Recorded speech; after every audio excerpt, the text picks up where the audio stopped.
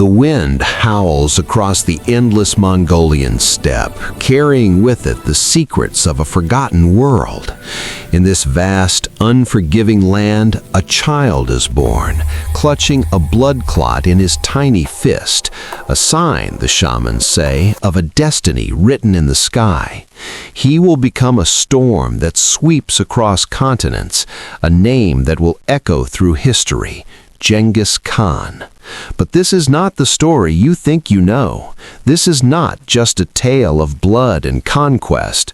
This is the story of a boy abandoned by his tribe, left to starve with his mother and brothers, who rose from nothing to unite a fractured people and build the largest land empire the world has ever seen.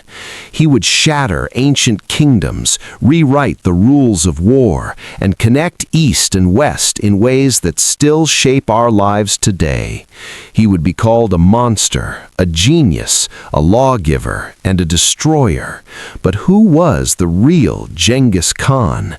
What drove him to greatness, and what did the world lose and gain in his shadow? Tonight, we journey into the heart of the Mongol Empire to uncover the untold story of the man who changed the world forever. The Mongolian steppe is a land of extremes. In summer, the grasslands shimmer under a relentless sun, stretching as far as the eye can see. In winter, icy winds whip across the plains, turning the world into a frozen wasteland. Here, survival is a daily battle, and only the strongest endure. It is in this crucible that Temujin is born, around the year 1162, near the Onon River. His father, Yasuge, is a minor chieftain of the Borjigan clan, a man respected for his courage, but not powerful enough to guarantee his family's safety. From the very beginning, Temujin's life is marked by omens and hardship. The blood clot in his fist is seen as a sign that he will become a great warrior. But omens mean little when you are born into a world of constant warfare and bitter cold. The Mongol tribes are not a nation, but a patchwork of rival clans: Tatars, Merkits, Naimans, Kirites, each fighting for survival on land that offers little mercy. There are no cities, no permanent settlements, only gurs, round felt tents that can be packed and moved at a moment's notice. Life revolves around livestock: horses, sheep, goats, cattle, and camels. Wealth is measured not in gold, but in animals. Children learn to ride before they can walk. By the age of 3, a Mongol child sits confidently on horseback. By 5, they can shoot arrows while galloping. Temujin's early childhood is, by steppe standards, relatively comfortable. His father's herds are large enough to feed the family, and his mother, Hoylun, is a woman of strength and intelligence. But in this world, security is an illusion. When Temujin is 9, his father takes him to the camp of the Ongirat tribe to arrange a marriage with Borte, a girl a year older than him. This is the way of the steppe. Alliances are forged through marriage, and children are betrothed young to secure the future of the clan. But fate is cruel. On the journey home, Yasuge is recognized by old enemies, the Tatars. They invite him to share a meal, and he accepts, perhaps out of exhaustion, perhaps believing he can pass safely. It is a fatal mistake. The Tatars poison his food. Yasuge manages to ride home, but the poison is already working. He dies in agony, calling for his son. Temujin rushes home, but arrives too late. With Yasuge gone, the family's protection vanishes overnight. In Mongol society, power is personal, not institutional. Without a strong patriarch, the family is nothing. The tribe that once followed Yasuge abandons his widow and children, leaving them to die. Hoylun refuses to accept this fate. She is a woman of extraordinary will. She grabs the tribal standard, a horsehair banner symbolizing unity, and rides after the departing clan, shaming them for their cowardice. A few families hesitate, but ultimately they all leave. Hoylun and her children are alone. What follows are years of desperate poverty. They survive on wild plants, berries, roots, and fish caught in the river. They hunt marmots and field mice. In winter, they nearly freeze. In summer, they go hungry. Temujin's younger brothers sometimes cry from starvation. The family that once had status is now lower than slaves. At least slaves have masters who feed them. Hoylun's family has no one. During these years, Temujin learns lessons that will shape his destiny. He learns that tribal loyalty is conditional. He learns that the strong devour the weak. He learns that survival requires ruthlessness, and he learns to hate the arbitrary hierarchies that condemned his family to death simply because his father was gone. The years that follow are a test of endurance and spirit. Temujin, his mother, Hoylun, and his siblings are forced to live on the edge of survival. Each day is a struggle against hunger, cold, and the ever-present threat of enemies. The Mongolian steppe is not a place for the weak. It is a land where only the most resilient can hope to survive, and Temujin's family is pushed to the very limits of human endurance. Temujin's mother becomes the backbone of the family. Hoylun teaches her children to find food where others see only emptiness. She shows them how to dig for roots, how to fish in the icy rivers, how to trap small animals, and how to keep hope alive even when the world seems determined to crush them. Her strength becomes Temujin's strength. He learns that leadership is not about commanding others, but about protecting those who depend on you, even when you have nothing left to give. But the steppe is also a place of constant danger. Rival tribes roam the grasslands, always searching for weakness. One day, the Tayachud, former allies of Temujin's father, see the young boy as a potential threat. They remember the prophecy at his birth and fear he will seek revenge for his family's abandonment. At dawn, they raid Hoylun's camp, scattering the family. Temujin tries to escape into the forest, but he is caught. The Tayachid place a heavy wooden yoke around his neck, a humiliating symbol of captivity. He is paraded from camp to camp, a prisoner with no future. But even in chains, Temujin's spirit is unbroken. He watches, he listens, he waits. During a feast, when his captors are drunk, he seizes his chance. He strikes one of the guards and flees into the darkness, diving into a river and hiding beneath the surface, breathing through reeds. A young man from the Tayachid camp discovers him, but instead of betraying him, he helps Temujin escape, risking his own life. Temujin never forgets this act of kindness. Years later, this young man will become one of his most trusted generals. For Temujin, loyalty is everything, and he rewards it above all else. Returning to his family, Temujin knows that weakness is a death sentence. He begins to build alliances, starting with his own brothers. But even here, survival comes at a cost. One day, while fishing, his half-brother Bektor steals a fish that Temujin caught. On the edge of starvation, every morsel matters. Temujin's rage is volcanic. With his full brother Hasar, he confronts Bektor, and in a moment that will haunt him forever, kills him. When they return home, Hoylun is horrified. She calls Temujin a destroyer, a wild beast. But Temujin feels no remorse. In his mind, Bektor threatened the family's survival. That was unforgivable. This is the harsh logic of the steppe. Loyalty to the group above all. Those who threaten the group must be eliminated, no matter who they are. Temujin learns that leadership sometimes means making impossible choices. It is a lesson that will define his life and the fate of millions. As Temujin grows into adolescence, he begins to understand the power of alliances. His first step is to marry Berta, the girl to whom he was betrothed as a child. He travels back to the Ongurot and claims his bride. Berta brings with her a dowry, a luxurious black sable coat. Temujin takes this coat to Togrul, the powerful Khan of the Kirat tribe, who was once a sworn brother to Temujin's father.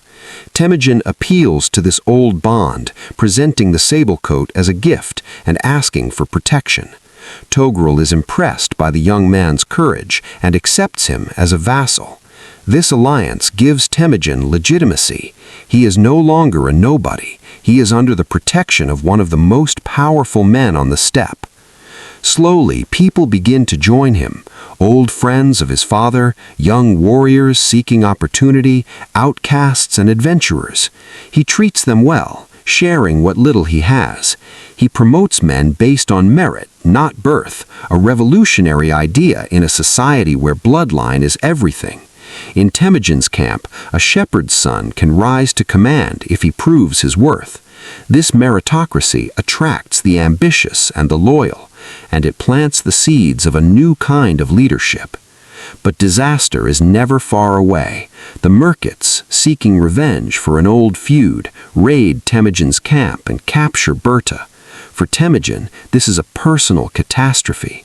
Berta is not just his wife, she is his partner, his confidant, the one person who chose to stand by him when he had nothing. Temujin vows to get her back, no matter the cost. He calls on Togrul and his childhood friend Jamuka, now a rising leader in his own right.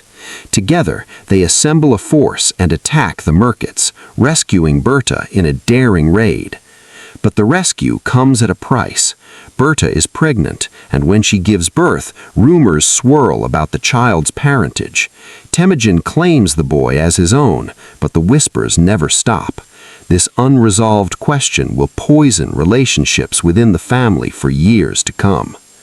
Despite personal turmoil, Temujin's reputation grows. He has proven he can lead men in battle, that he is loyal to his followers and ruthless towards his enemies. More warriors flock to his banner, drawn by the promise of opportunity and the hope of a better future. But with every victory, new challenges arise. The steppe is a chessboard of shifting alliances and ancient grudges. Temujin's greatest test is yet to come. Temujin's world is changing. The Mongolian steppe is a battlefield of ambition where every alliance is temporary and every friend can become a rival. As Temujin's reputation grows, so does the jealousy and suspicion of other tribal leaders. Among them is Jamuka, Temujin's childhood blood brother. For years they have fought side by side, dreaming of a united Mongol nation. But as their power increases, so do their differences.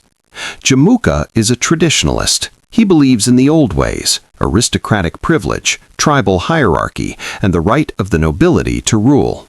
Temujin, on the other hand, is a revolutionary. He rewards loyalty and ability, not birth. He mixes men from different tribes in his army, breaking the old clan loyalties and forging a new identity, Mongol above all else. This is a threat to the established order, and Jamuka cannot accept it. The rift between the two men grows. Small disagreements become arguments. Arguments become resentments. Finally, they part ways. Many of Jamuka's followers defect to Temujin, drawn by his vision and his fairness. Jamuka is enraged. He gathers a coalition of tribes and attacks Temujin at the Battle of Dalan Baljut. Temujin is outnumbered and defeated. His forces scatter. Jamuka captures many prisoners and, to send a message, boils 70 young noblemen alive in giant cauldrons. This act of cruelty shocks the steppe. Even Jamuka's own followers begin to question his leadership. Some defect to Temujin, believing that Jamuka has violated the sacred warrior code. Even in defeat, Temujin gains strength. He is seen as more honorable than his rival. He does not seek revenge for its own sake, but for justice and survival. He navigates the complex politics of the region with cunning. The Jin dynasty in northern China, one of the wealthiest and most powerful states in the world, plays the Mongol tribes against each other, subsidizing certain clans to keep the steppe divided and weak. Temujin learns from this manipulation. He begins to envision a different future, one where the Mongols are united and strong enough to challenge empires. His next major test comes with the Tatars, the tribe that murdered his father. Temujin has never forgotten this. When he and Togrul launch a campaign against the Tatars, it is as much about revenge as it is about power. The campaign is swift and brutal. The Tatar forces are crushed, but what happens next reveals Temujin's ruthless pragmatism. He orders the execution of every male Tatar taller than a cart axle. It is a brutal act, but it serves a purpose. It eliminates a source of future resistance, avenges his father, and sends a clear message to other tribes: submit or be annihilated. The Jin dynasty, pleased with the defeat of the Tatars, grants Temujin and Togrul minor titles. These titles mean little in practical terms, but they add a veneer of legitimacy. Temujin is no longer just a tribal warlord. He is recognized, however minimally, by a great empire. But his relationship with Togrul begins to deteriorate. Togrul's son, Sengam, despises Temujin, seeing him as an upstart and a threat to his own inheritance. Sengam poisons his father's mind against Temujin, claiming that Temujin plots to overthrow the Karaites. In 1203, Sengam lures Temujin into a trap under the pretense of a marriage alliance. Temujin narrowly escapes an ambush, but his forces are scattered. He retreats with only a handful of loyal followers to the remote lake Baljuna. At Baljuna, Temujin's future hangs by a thread. He is reduced to less than 20 men. They drink the muddy water of the lake and swear an oath. Those who remain loyal now, in the darkest hour, will be rewarded beyond measure when fortune turns. This moment becomes legendary. The men who drink the water of Baljuna, the Baljuna II, will form the core of Temujin's inner circle for the rest of their lives. They include Mongols, but also a Muslim merchant, a Christian, and warriors from various backgrounds. Temujin does not care about ethnicity or religion. He cares about loyalty. Fortune does turn. Togrul and Sengam grow complacent, believing Temujin is finished. But Temujin uses their underestimation against them. He gathers his scattered forces, appeals to disaffected Karaite nobles, and launches a surprise attack. The battle is decisive. Togrul is defeated and killed while fleeing. Sengam escapes, but dies in exile. The Karaite Confederation collapses, and Temujin absorbs its people and resources. This victory transforms the balance of power. Temujin is now the dominant force in central Mongolia, but threats remain. The Naimans, a wealthy and sophisticated tribe in the west, see Temujin as a barbarian upstart. Their leader, Genghis Khan, musters an army to crush him.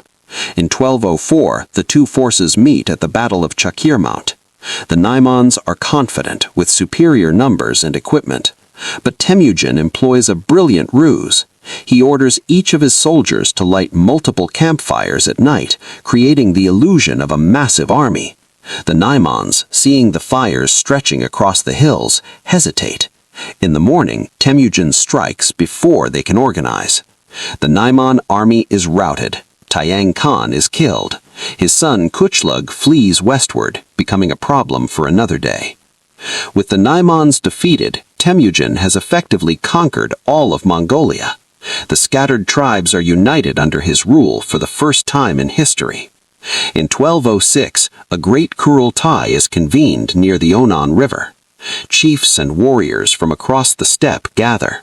Shamans perform rituals invoking the eternal blue sky, Tengri, the supreme deity of the Mongols. And in a moment that will echo through the centuries, Temujin is proclaimed Genghis Khan, the universal ruler. But this is not merely a new title, it represents a new vision for the Mongols. For centuries they have been divided, weak, prey to the whims of sedentary empires. Now they are one. Genghis Khan does not simply conquer tribes and absorb them. He breaks the old clan system and reorganizes Mongol society from the ground up. He divides his army into units based on the decimal system, squads of 10, companies of 100, regiments of 1,000, and divisions of 10,000 called tumens. Commanders are chosen for competence, not bloodline. Soldiers from formerly hostile tribes are deliberately mixed together, breaking old loyalties and forging a new identity, Mongol, above all else. This is a threat to the established order, and Jamuka cannot accept it. He establishes a law code, the Yasa. Much of the Yasa is lost to history, but we know it emphasized absolute loyalty, discipline, and meritocracy. Theft within the army is punishable by death. Desertion is unthinkable. But the Yasa also contains surprisingly progressive elements. It forbids kidnapping of women, mandates religious tolerance, and protects merchants and envoys. These laws are enforced ruthlessly. No one, not even Genghis's own family members, is above them. With Mongolia unified and organized, Genghis Khan turns his gaze outward. The steppe is too poor to sustain his vast army. His warriors expect rewards, and Genghis knows that empires are built on expansion. The question is not if he will conquer, but where. To the east lies the Jin dynasty, the very empire that once played the Mongols like pawns. To the west lies the Silk Road, the arteries of trade connecting east and west, and beyond that, kingdoms and empires that have never heard of the Mongols. Genghis Khan is no longer the starving boy on the banks of the Onan River. He is the ruler of a united, disciplined, and hungry nation. And he is about to unleash a storm that will reshape the world. The world had never seen an army like the one Genghis Khan created. The Mongol military was not just a force of nature, it was a machine, engineered for speed, discipline, and total domination. Every Mongol boy grew up in the saddle, learning to ride before he could walk, to shoot before he could speak in full sentences.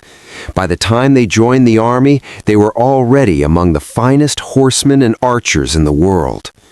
But Genghis Khan's genius was not just in harnessing the natural skills of his people. He transformed the way wars were fought. He organized his army with ruthless efficiency, using the decimal system, squads of 10, companies of 100, regiments of 1,000, and tumans of 10,000. Each unit was led by men chosen for their ability, not their ancestry.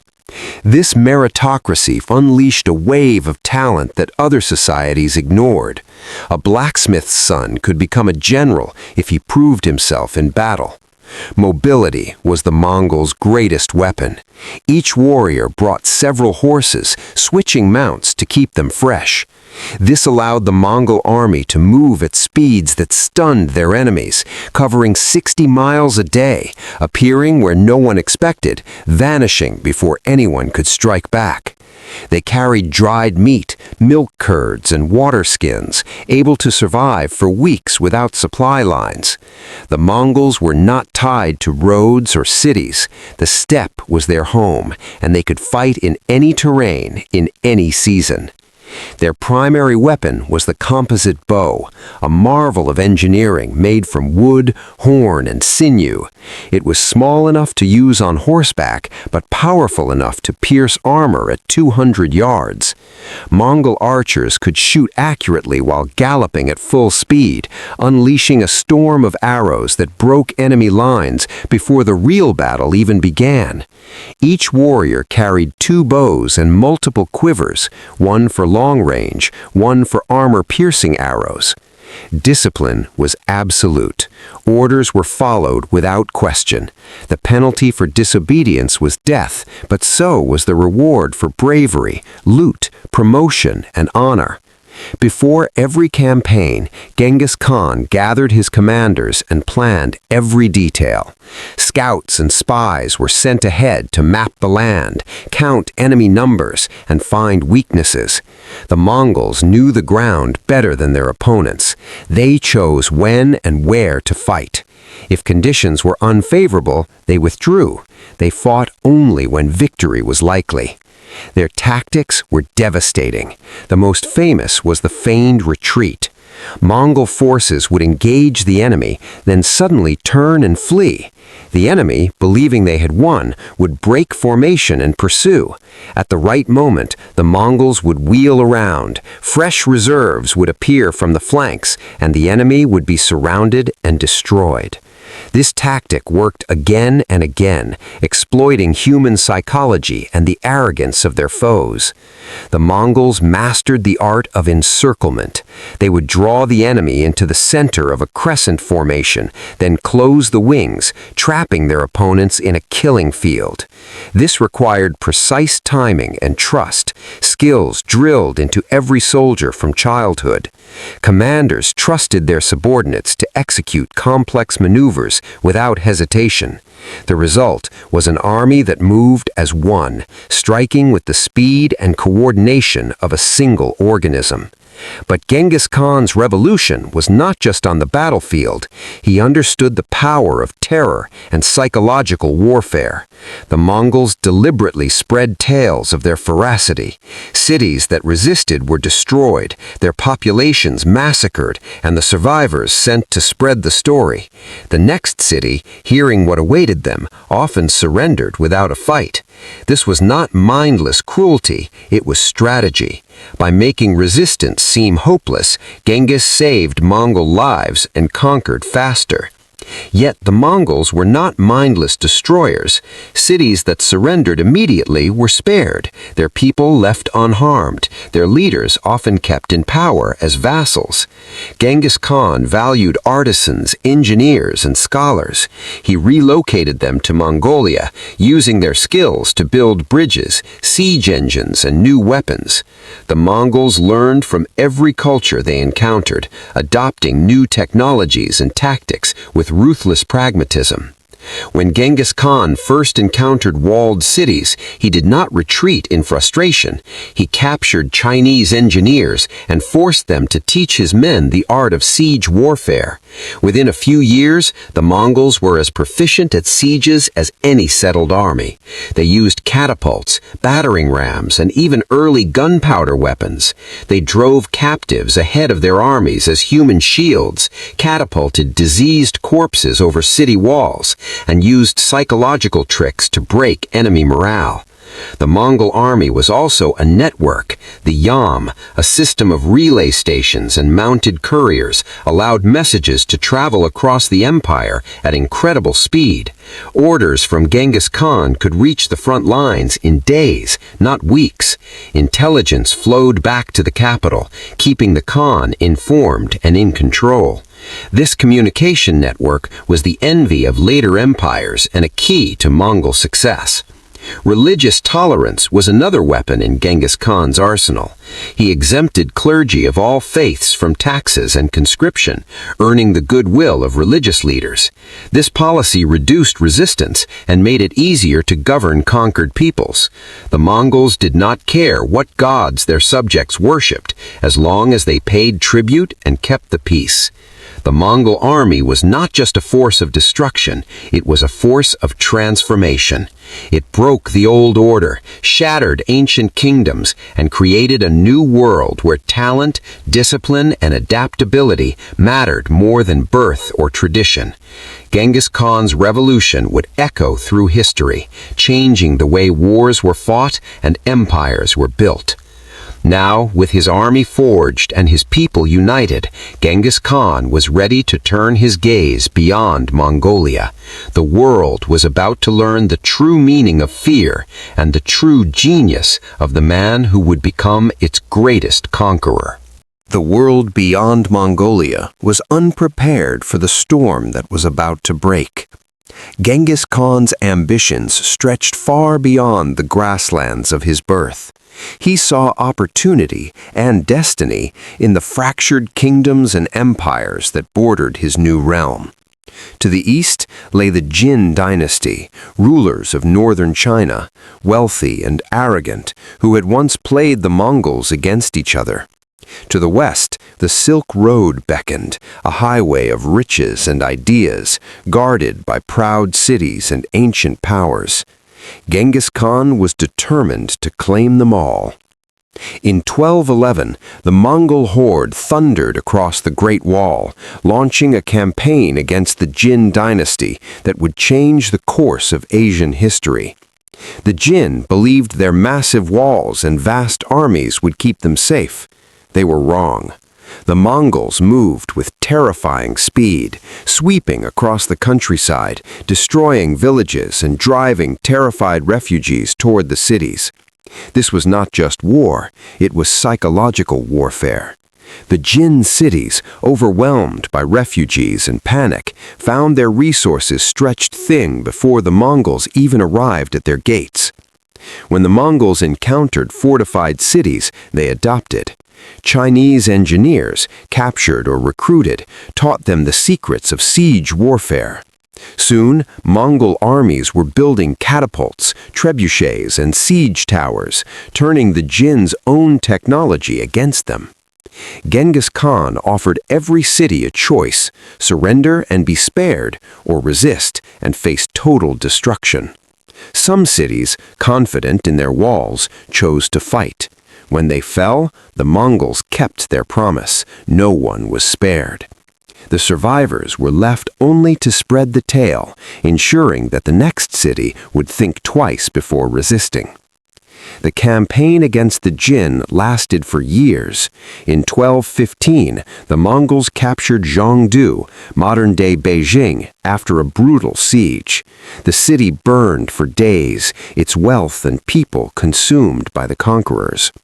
The fall of Zhongdu sent shockwaves across China and the world. The Mongols were no longer just a steppe menace, they were a force that could topple empires. But Genghis Khan was not content with victory in the east. His gaze turned west to the rich and powerful Khwarezmian Empire, which stretched from Persia to Central Asia. At first, Genghis sought peace. He sent a caravan of merchants to establish trade, hoping to open new routes for commerce and wealth. But the Khwarezmian Shah, suspicious and arrogant, had the caravan seized and its members executed. When Genghis sent envoys to demand justice, they too were killed or humiliated. This was a mistake the Shah would not live to regret. In 1219, Genghis Khan unleashed his fury on the Khwarezmian Empire. The Mongol army, now a well-oiled machine, split into multiple columns, striking cities simultaneously across thousands of miles. The Khwarezmians, unprepared for such speed and coordination, were overwhelmed. Bukhara, Samarkand, Urgench, great centers of Islamic learning and culture, fell one after another. The Mongols used every weapon at their disposal: feigned retreats, encirclements, psychological terror, and relentless pursuit. The destruction was total. Cities that resisted were razed, their populations massacred. Irrigation systems that had sustained agriculture for centuries were destroyed. Some regions would never fully recover. The Shah fled, his empire in ruins, dying in exile on an island in the Caspian Sea.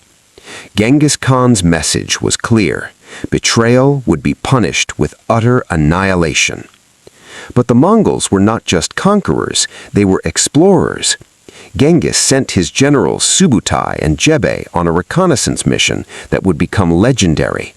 They crossed the Caucasus, defeated Georgian and Armenian armies, and then swept north into the Russian steppes. In 1223, at the Battle of the Kalka River, the Mongols annihilated a coalition of Russian princes and their Cuman allies. Then, as suddenly as they had appeared, the Mongols vanished, riding back east. But they had mapped the land, tested their enemies, and left a warning: the Mongols could strike anywhere, at any time. Meanwhile, in the east, the Western Shah kingdom, once a Mongol ally, had betrayed Genghis by refusing to support his campaigns. Genghis Khan did not forget. In 1226, despite his age and failing health, he led a final campaign against the Western Shah. City after city fell. The emperor surrendered, but Genghis ordered his execution. The kingdom was wiped from the map. By the time of his death in 1227, Genghis Khan's empire stretched from the Pacific Ocean to the Caspian Sea. He had conquered more territory than any man in history, and his armies had changed the face of Eurasia. But conquest was only the beginning. The real challenge was ruling this vast, diverse, and often hostile world. Genghis Khan's campaigns were brutal, but they were also transformative. Trade routes that had been closed for centuries were reopened. The Silk Road flourished under Mongol protection, allowing goods, ideas, and technologies to flow across continents. The Mongol Empire became a bridge between civilizations, connecting China, Persia, the Middle East, and Europe in a network of commerce and communication. Yet the cost was immense. Millions died in the wake of the Mongol armies. Cities were destroyed, cultures shattered, and the memory of Mongol terror would haunt generations. But for those who survived and adapted, a new world of opportunity emerged, a world where the old boundaries no longer held, and where the rules of power had been rewritten by a man from the steppes. As the dust settled on the battlefields of Asia, the world looked on in awe and fear. Who was this conqueror who had risen from nothing to command the fate of nations, and what kind of world would he leave behind? Conquest had brought Genghis Khan power, but it was his vision for rule that would ensure the Mongol Empire's survival and legacy.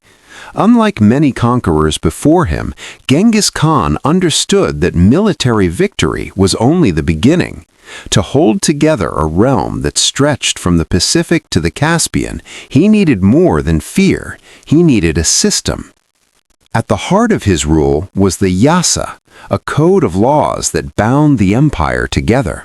The Yasa was strict, but it was also fair. It applied to everyone, from the lowest herdsman to the Khan's own sons. Theft, betrayal, and disobedience were punished harshly, but those who followed the rules were protected and rewarded. The Yasa demanded absolute loyalty, but it also offered security in a world that had long been ruled by chaos and arbitrary power. Genghis Khan's administration was revolutionary in its emphasis on merit. Positions of authority were given to those who proved their ability and loyalty, not just to those of noble birth. This broke the old aristocratic order and allowed talented individuals from all backgrounds, including conquered peoples, to rise to power. Generals and governors were promoted for their achievements, not their ancestry. This meritocracy created a culture of excellence and competition, ensuring that the most capable minds led the empire. Religious tolerance was another pillar of Genghis Khan's rule. The Mongol Empire was home to Buddhists, Muslims, Christians, and followers of many other faiths. Genghis Khan believed that all religions contained wisdom and that the gods of different peoples should be respected. He granted religious leaders tax exemptions and protection, allowing them to practice and preach freely. This policy helped maintain peace in the empire's diverse territories and encouraged the exchange of ideas, art, and knowledge. To govern his vast empire, Genghis Khan established a highly organized administrative system. He divided the empire into regions, each overseen by a governor responsible for collecting taxes, maintaining order, and enforcing the Khan's laws. These officials were often chosen from among the most loyal and capable members of the Mongol elite, but talented administrators from conquered peoples were also given important roles. This pragmatic approach allowed the Mongol Empire to govern a vast and diverse population with surprising efficiency. Communication was the lifeblood of the empire. The Yam, a network of relay stations and mounted couriers, allowed messages and orders to travel quickly across great distances. This system was so efficient that it became the envy of later empires, and it played a crucial role in maintaining the unity and stability of the Mongol state. Orders from the Khan could reach the farthest corners of the empire in days, not months, and intelligence flowed back to the capital just as swiftly. Trade flourished under Mongol rule. The Silk Road, once plagued by bandits and political instability, became a highway of commerce and culture. The Mongols provided security for merchants, reduced corruption, and standardized weights and measures, making long-distance trade safer and more profitable than ever before. Goods, people, and ideas moved freely from east to west, enriching every civilization touched by the Mongol peace. Justice was a cornerstone of Genghis Khan's administration. The Yasa emphasized honesty, loyalty, and respect for authority. Corruption, theft, and betrayal were punished harshly, but those who followed the law were protected and rewarded. Genghis Khan himself was known for his sense of justice, often intervening personally in disputes and ensuring that even the poorest subjects received fair treatment. This commitment to justice helped win the loyalty of conquered peoples, many of whom saw the Mongol legal system as an improvement over the corrupt and arbitrary rule of previous regimes. Genghis Khan also understood the importance of integrating conquered peoples. He encouraged intermarriage between Mongols and the peoples they conquered, creating bonds of loyalty and kinship. Skilled artisans, engineers, and scholars were brought to the Mongol capital, where they contributed to the empire's development. The Mongols adopted useful technologies and administrative practices from their subjects, making the empire one of the most dynamic and cosmopolitan societies of its time. Despite these achievements, governing such a vast empire was not without challenges.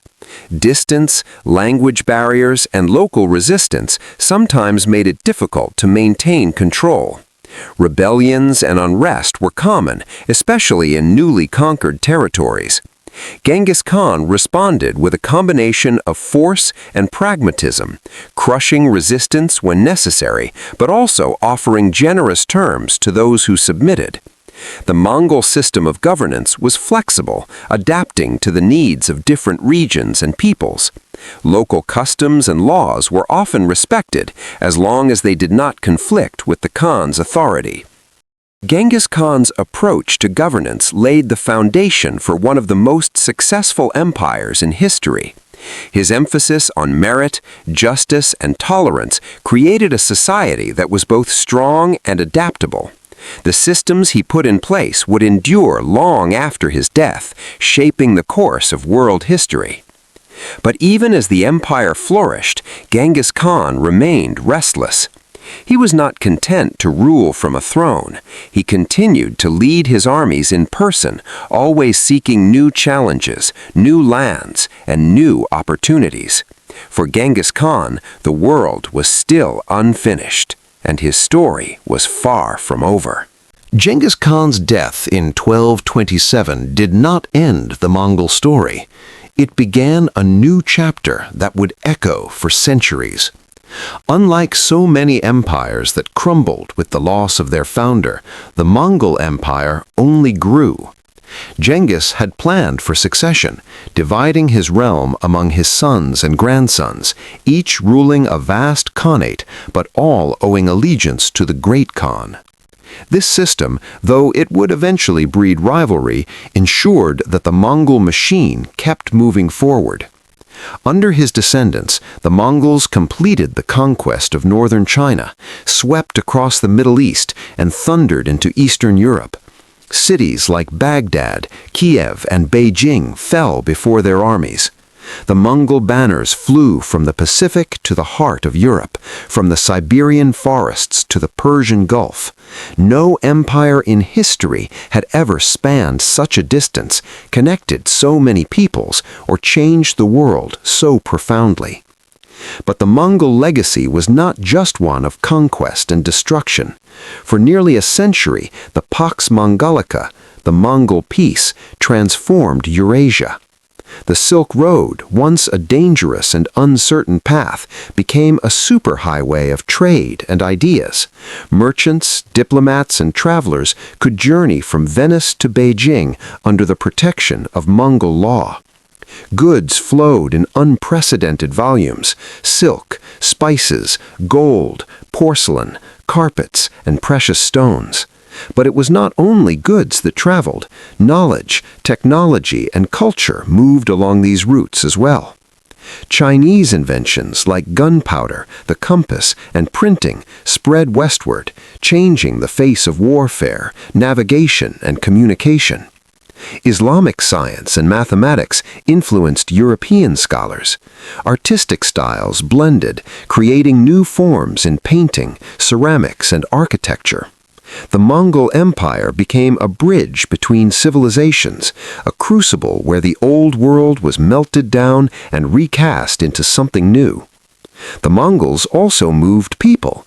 Artisans, engineers, and scholars were relocated across the empire, building cities, fortifications, and infrastructure. Persian astronomers advised Mongol rulers in China. Chinese engineers built siege engines in Persia. This forced migration, while often harsh, created multicultural courts and cities where knowledge was shared and innovation flourished. The Mongol postal system, the Yam, inspired later empires with its speed and reliability. Messages and orders could travel from one end of the empire to the other in weeks, not months. This network kept the vast realm connected, allowing the great Khan to rule lands he might never see. Religious tolerance, rare in the medieval world, became a hallmark of Mongol rule. Christians, Muslims, Buddhists, and others coexisted under the protection of Mongol law. This policy reduced conflict and allowed diverse populations to thrive. In an age of religious wars and persecution, the Mongol Empire stood out as a place where faith was a private matter, not a cause for violence. But the Mongol legacy was not without its shadows. The destruction of cities like Baghdad ended centuries of learning and culture. The Black Death, which devastated Europe and Asia in the 14th century, likely spread along the trade routes the Mongols had opened. The very connectivity that brought prosperity also brought plague and death. In Russia, the Mongol yoke shaped the development of autocracy and centralized power. In China, the Yuan dynasty, founded by Kublai Khan, left a legacy of multiculturalism and trade, but also of foreign rule and resentment. In Persia, the Ilkhanate became a center of art and science, but only after a period of devastation and loss. Yet, for all the suffering, the Mongol Empire changed the world in ways that still matter. It showed that the world could be connected, that ideas and goods could move across continents, that cultures could blend and create something new.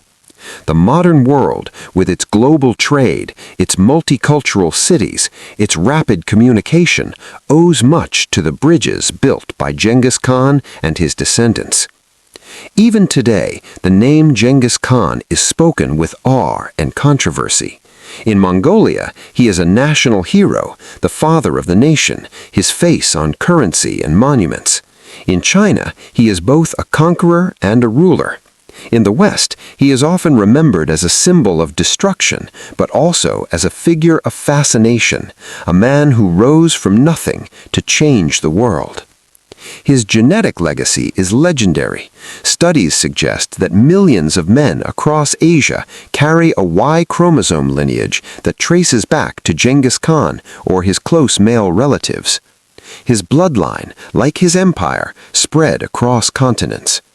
But perhaps the greatest legacy of Genghis Khan is the lesson that the world can be remade by vision, discipline, and the willingness to break old boundaries.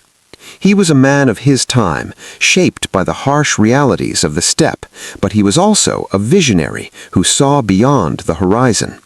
He united a fractured people, built a new kind of empire, and left a mark on history that will never fade. As the centuries pass, the Mongol Empire has vanished, but its echoes remain in the roads we travel, the ideas we share, and the stories we tell. The world Genghis Khan created is, in many ways, the world we still inhabit. Behind the legend of Genghis Khan, the conqueror, the lawgiver, the terror of empires, was a man shaped by hardship, loyalty, and loss. For all his ruthlessness on the battlefield, those who knew him spoke of a leader who inspired fierce devotion, who remembered every kindness, and who never forgot a betrayal. He was a man of contradictions. He could be merciless to his enemies, yet generous to those who surrendered. He lived simply, even as the world's riches poured into his camp. He wore practical clothes, ate the same food as his soldiers, and slept in a felt tent, never building a palace or city for himself. He shared in the hardships of his men, earning their respect not just through fear, but through example. Family was both Genghis Khan's strength and his greatest source of pain. He loved his first wife, Berta, deeply. She was his partner in every sense, his confidant and advisor. When she was kidnapped by the Merkits, he risked everything to rescue her. Yet, as was the custom of his time, he took many other wives and concubines, forging alliances with tribes across the steppe. His children, especially his sons, were both his legacy and his burden. The question of succession haunted Genghis Khan. His eldest son, Jochi, was always under suspicion because of the circumstances of his birth during Berta's captivity. The tension between Jochi and his brother Chagatai threatened to tear the family apart. Genghis tried to balance the ambitions and rivalries of his sons, but he knew that unity was fragile. In the end, he chose his third son, Agadai, as his successor, believing him to be the most capable and conciliatory. Genghis Khan was deeply spiritual, believing that the eternal blue sky, Tengri, had chosen him for greatness. He consulted shamans before major decisions, seeking omens and guidance. Yet he was also curious about other faiths, inviting Buddhist monks, Muslim scholars, and Christian priests to his court. He listened to their teachings, respected their wisdom, but remained true to his own beliefs. He was not without doubt or regret. The sources tell of a man who, in his later years, reflected on the cost of his conquests. He spoke to his sons about the importance of unity, warning them that a single arrow can be broken, but a bundle is unbreakable. He knew that the empire he built could only survive if his descendants remained loyal to each other. Genghis Khan's death came not in a palace, but on campaign, still leading his men against the Western Shia. The exact cause remains a mystery. Some say he fell from his horse, others that he was wounded in battle or died of illness. His body was returned to Mongolia in secret, buried in an unmarked grave, its location lost to history. According to legend, those who buried him were killed to keep the secret, and a river was diverted over the site to hide it forever. His passing was mourned by his people, but the world he left behind was forever changed. The boy who had once been abandoned on the steppe, who had survived betrayal, captivity, and starvation, had become the master of half the known world. His story is not just one of conquest, but of survival, resilience, and the power of vision. Even today, the mystery of Genghis Khan's tomb fascinates explorers and historians. But perhaps the real secret is not where he lies, but how a single life, shaped by hardship, driven by ambition, and guided by a relentless will, could change the course of history. Centuries have passed since Genghis Khan's death, but his shadow still stretches across the world.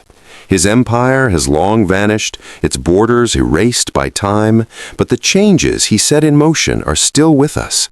The Silk Road he secured became the backbone of global trade. The ideas, inventions, and cultures that flowed across his empire helped shape the modern world. Even the very concept of meritocracy, of rewarding talent over birth, echoes in today's societies. Yet the legacy of Genghis Khan is not simple. He was responsible for unimaginable destruction. Millions died in his campaigns, cities were wiped from the map, and ancient cultures were forever changed. But he also built bridges between civilizations, protected religious freedom, and created a system of law and order that brought stability to lands long ruled by chaos. What can we learn from his story? Perhaps it is that greatness is never one thing. Genghis Khan was a conqueror and a creator, a destroyer and a builder, a man of violence and a man of vision. His life is a reminder that history is made by people who dare to dream beyond their circumstances, who refuse to accept the limits placed upon them, and who are willing to pay the price for their ambitions. But his story is also a warning. Power, once unleashed, cannot always be controlled. The very forces that build empires can also tear them apart. The unity Genghis Khan forged was fragile, and after his death, his descendants would struggle to hold it together. The Mongol Empire, for all its might, was ultimately as vulnerable to time and division as any other. Today, Genghis Khan is remembered in many ways, as a national hero in Mongolia, a villain in the lands he conquered, a symbol of leadership and strategy in business books, and a figure of fascination in popular culture. But beyond the myths and legends, there remains the story of a boy who rose from nothing, who united a people, and who changed the world. As we look back on his life, we're left with questions that have no easy answers. Can greatness exist without cruelty? Can we admire the achievements of a man who caused so much suffering? Should we judge the past by the standards of the present, or try to understand it on its own terms? These are questions for every generation to answer. But one thing is certain, the story of Genghis Khan is not just about the past. It is about the choices we make, the legacies we leave, and the world we build for those who come after us. So, as the wind still sweeps across the Mongolian steppe, carrying the echoes of hoofbeats and the dreams of empires, remember that history is not just a record of what was, but a guide to what could be. The untold story of Genghis Khan is, in the end, a story about us all, about ambition, resilience, and the power to shape our own destinies. If you found this journey through history inspiring, thought-provoking, or surprising, don't forget to subscribe for more untold stories from the past. Share your thoughts in the comments. What do you think is Genghis Khan's true legacy? And what lessons do you take from his extraordinary life? Thank you for joining us on this epic journey. Until next time, keep questioning, keep exploring, and remember, the world is shaped by those who dare to dream beyond the horizon.